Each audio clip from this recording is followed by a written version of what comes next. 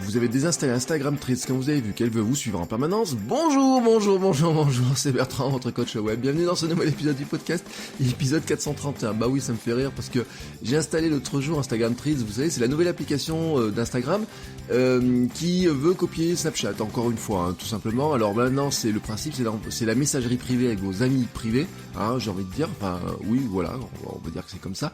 Avec vraiment une logique message visuel, hein, caméra first, hein, comme ils font, vraiment dans la logique d'aller piquer ce que fait Snapchat, hein. Ils copient vraiment encore Snapchat une fois de plus. Mais alors vraiment là où elle est drôle, enfin drôle non, elle est pas drôle en fait, c'est que au départ elle vous demande plein d'autorisations pour démarrer, pour faire plein de choses, notamment de vous suivre en permanence, géolocalisation en permanence, et puis de faire des statuts automatiques pour prévenir vos amis que vous êtes à tel endroit, que vous rentrez chez vous, vous êtes à tel ou tel endroit, etc.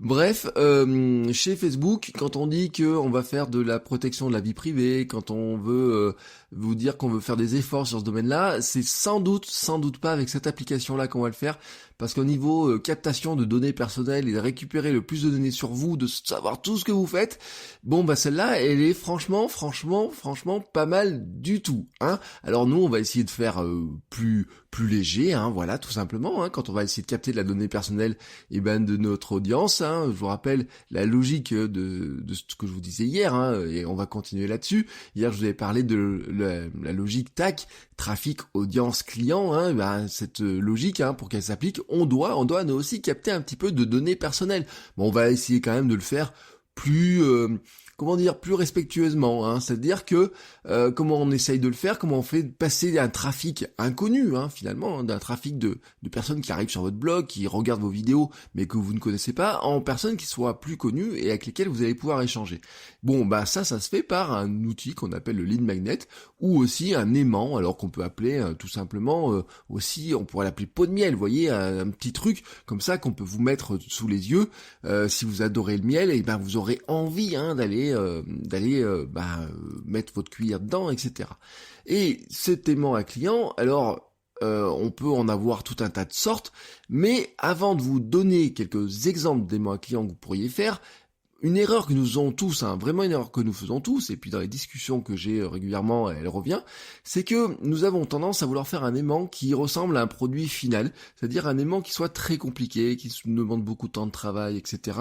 Et j'ai envie de dire presque qui devrait finalement être vendu. Alors souvent on a des exemples aussi et c'est souvent vous voyez des gros marketeurs, des gros créateurs de contenu qui passent beaucoup de temps à faire des aimants, ou alors qui vous fournissent comme aimant à client des produits qu'ils vendaient avant, des anciens produits qu'ils ont vendus pendant pas mal de temps, ils les relookent un petit peu pour en faire finalement des lead magnets, des petits e-books, des choses comme ça, et donc finalement ça leur prend pas tant de temps que ça à faire, mais vous avez l'impression qu'il y a une énorme valeur.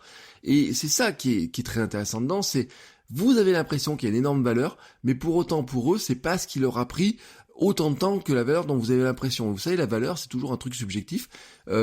C'est toujours l'exemple, hein, de Picasso qui dit que il vendait une œuvre, vous savez l'histoire, il fait un dessin sur une serviette. Il dit ça vaut 10 000 $ alors qu'il a mis 10 minutes à la faire, mais c'est comme le développeur WordPress qui, en appuyant sur 3 boutons, vous solutionne un problème que vous cherchez depuis 3 jours ou 3 mois, ou c'est comme une formation qui, en suivant une heure de formation, vous évitez de vous chercher pendant des heures et des heures des informations sur comment mettre en place un bouton sur votre blog pour faire un lead magnet. Vous voyez, des petites choses comme ça. Bon, c'est ça la valeur, hein, finalement. C'est décorrélé du temps qu'on va y mettre. Mais souvent, l'erreur que nous faisons, c'est de se dire on va faire un aimant qui soit très gros, très important, parce que je veux vraiment que les gens s'inscrivent, et finalement on y passe trop de temps par rapport à ce que ça va nous rapporter. Au contraire, gardez vraiment à l'esprit le principe KISS, hein. KISS, c'est vraiment faire simple, hein. Vraiment faites quelque chose de simple. Faire simple, ça veut pas dire qu'il ne soit pas intéressant, et pour le rendre intéressant, faites-le qu'il soit tourné vers l'action. En général, hein, votre aimant, il est placé après, vous allez faire quoi? Un appel à l'action dans une vidéo, dans un podcast, un billet de blog, souvent un grand billet de blog dans lequel vous allez convaincre les gens, par exemple, de faire telle ou telle chose, qu'il faudrait changer, par exemple, de comportement sur le traitement, sur nos achats, par exemple. Je vous donne un exemple vraiment bête. Vous voulez convaincre les gens qu'il faut arrêter d'acheter des yaourts à la vanille, donc vous allez leur mettre plein d'arguments, vous allez faire un bon pavé là-dessus, etc. Et à la fin, vous voudriez mettre votre lead magnet. Et votre lead magnet, vous avez déjà convaincu les gens qu'il faut changer d'alimentation. Maintenant, qu'est-ce que vous allez faire?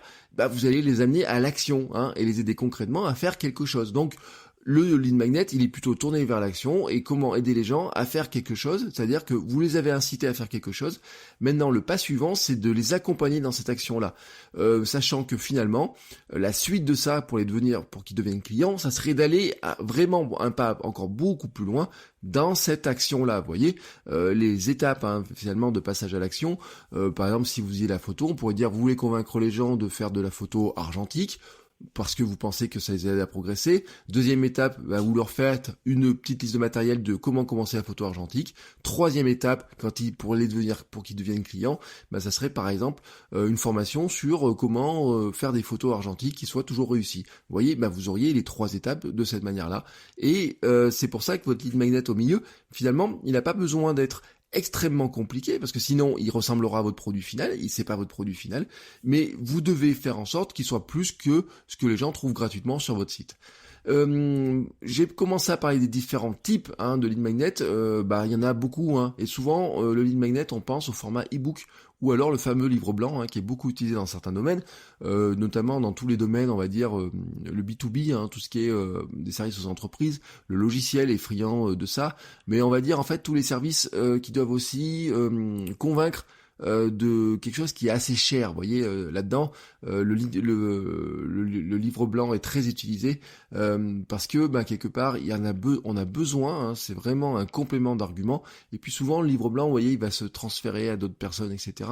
Alors, on l'utilise beaucoup dans l'industrie, par exemple du logiciel, logiciel pro, etc. Vous avez souvent du livre blanc. Les services pro, vous avez beaucoup de livres blancs. Les agences web utilisent beaucoup du livre blanc. Elles utilisent aussi à notre outil souvent. C'est le cas client. C'est qu'est-ce que nous en fait comme un client, le avant-après, comment nous l'avons aidé. Et vous savez que ça, dans certains cas, alors si vous êtes plombier, le avant-après, avant il y avait une fuite, maintenant il n'y a plus de fuite, c'est facile. Avant la salle de bain était moche, maintenant la salle de bain est belle, c'est facile. Mais dans le domaine, par exemple, du conseil, du coaching, etc., c'est plus compliqué. Vous savez que vous avez besoin de plus d'explications.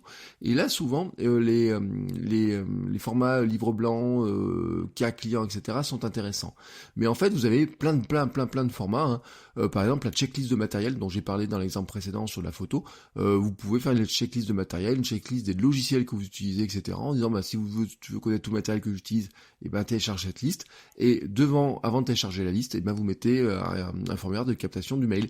Vous pouvez faire un petit plan d'action pour appliquer une stratégie, un petit workbook. Alors workbook, vous voyez, c'est un petit cahier d'exercice pour appliquer certains conseils, apprendre un petit truc, une petite méthode. Vous voyez, on pourrait dire vous avez par exemple vous imaginez une grosse formation dans laquelle je sais pas, vous voulez apprendre aux gens, c'est un exemple que j'ai donné la semaine dernière, vous voulez apprendre aux gens à faire de la pizza de A à Z, mais vraiment qui sachent faire toutes les sortes de pizzas, tout de A à Z, mais vous auriez peut-être au milieu, vous pourriez vous dire, je pourrais donner un exemple avec un extrait, mais vraiment un petit extrait d'une petite méthode, on va dire, vous avez 50 astuces, 50 conseils dans votre formation, vous en prenez un petit conseil et vous le transformez en quelque chose qui soit téléchargeable et qui donnera finalement aussi un aperçu de ce que vous allez proposer ensuite dans la version complète et dans la version payante. Ça peut fonctionner, ça peut être quelque chose qui fonctionne très bien comme ça.